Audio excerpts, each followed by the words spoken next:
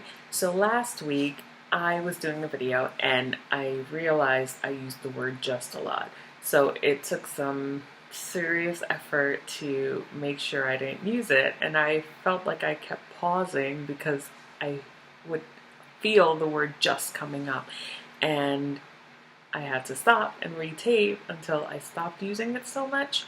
Uh, so that is one overused word that I'm making a conscious effort to not use it as much. Like is another one of my favorite words. I use like a lot. And then when writing, someone pointed this out to me, and usually it's your beta readers that will point out the words that you overuse a lot. There are programs that also do it. They look over your manuscript and point out your overused phrases. And Leah pointed out that I use the word resound a lot. And I didn't realize that until she started marking it up in my manuscript. And that was an eye-opener. I really did use it a lot. And then on Wattpad, somebody pointed out that I use steeled a lot. And I took a look at the manuscript, and lo and behold, there it was, steeled and bristled. I use those pretty often, so I had to go and consult my friendly thesaurus, to find other words that I could use in place of steeled and bristled. I just, the way it, the imagery it conveys when using it to express how someone's like feeling, or when they feel displeasure, it's like they bristle. I don't know. I like the word. When I first started writing, I loved the word just. I wrote it everywhere. I have no idea why. Just, and I loved adverbs.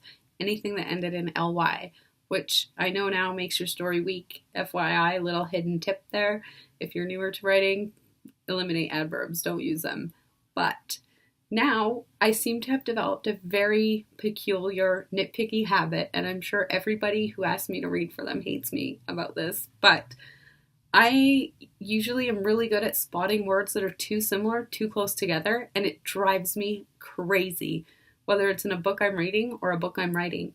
So when I'm writing it, I try really hard to think of different ways to say things. So if I have one character that's smiling and I need the other character to smile back, I can't use the same word smile twice. So maybe a grin stretches across their face, or they get a smirk, or mischievous pull of the corners of the mouth, or something like that.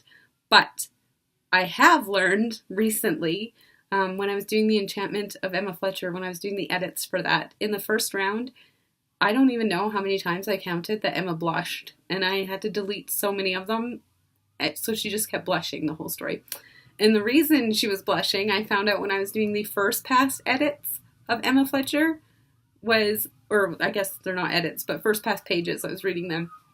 And Tristan winks all the time. All the time. In my head, I think he's like, cool, right? He winks at Emma.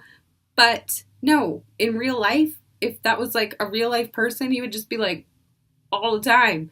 That's not cool. It's not sexy. No.